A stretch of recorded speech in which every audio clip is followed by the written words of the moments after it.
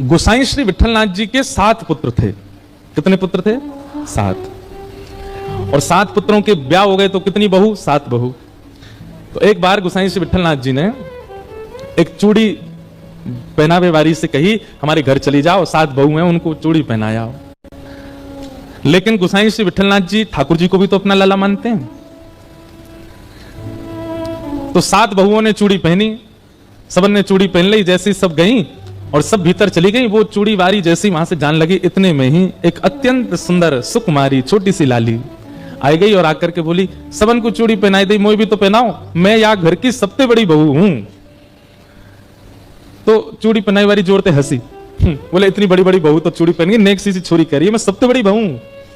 लेकिन उसकी रूप माधुरी को देख करके, उनके मुख की कांति को देख करके वो स्तब्ध रह गई। और वो मनहारिन बोली कि सही बताऊं लाली, तो मेरे चूड़ीन के सबरे भंडार में तुम्हारे हाथ में सुशोभित हो ऐसी कोई चूड़ी ना है।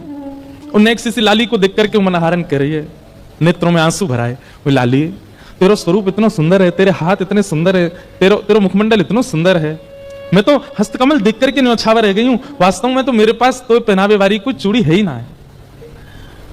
तो सामने बैठी नेक्स्ट सी लाली को मुख उतर गए हो।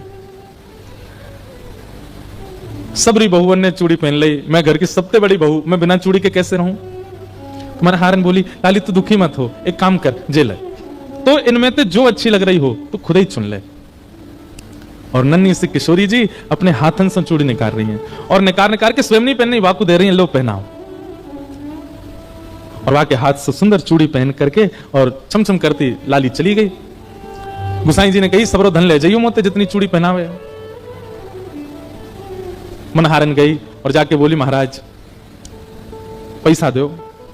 बोले 7 बहुवन के 2-2 हाथ, 14 हाथन में चूड़ी पहनाई, वाके हिसाब से बता दे। बोले 14 नहीं 16। बोले 16 कैसे?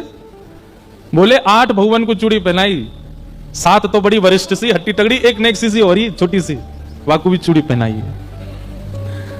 गोसाई श्री विठलनाथ जी बोले, झूठ बोल रही है, अरे तो पैसा चाहिए मुझे ज्यादा ले ले, तो मेरे घर में तो 7 ही बहू हैं, 8वीं बहू कौन सी आ गई? अरे ना है, ऐसी छोटी सी, और पता कहा कह रही मैं घर की सबसे बड़ी बहू हूं।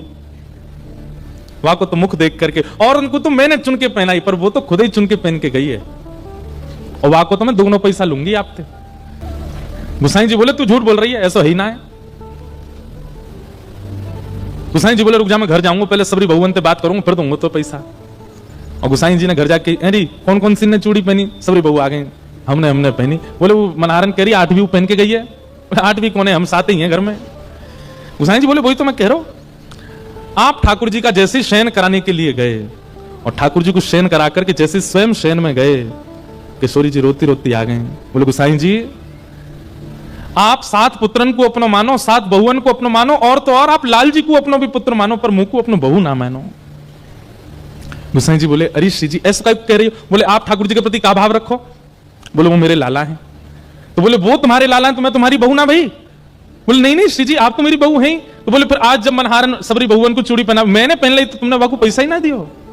गुसाई जी के नेत्र सजल हो गए, तुरंत रोने लगे। बोले अरे श्री जी, मुझसे अपराध बन गए हो, मुझसे बहुत बड़ी भूल है गई, चूक है गई। श्री जी बात ऐसी है, मैं लाला को छोटो मानू ना, तो मेरे मन में ऐसा भाव है अभी नेक्स्ट तो लाला या को ब्याह भयो नहीं, परंतु आप और ठाकुर जी छोटे बड़े नहीं, आप तो नित्य संग रहो, आप तो हमेशा संग रहो, आपकी कोई आयु थोड़ी है कि या आयु में ब्याह होगा, आप तो नित्य संग रहो। मेरे दिमाग से बात न कर गई, मुझे क्षमा कर दो श्री जी।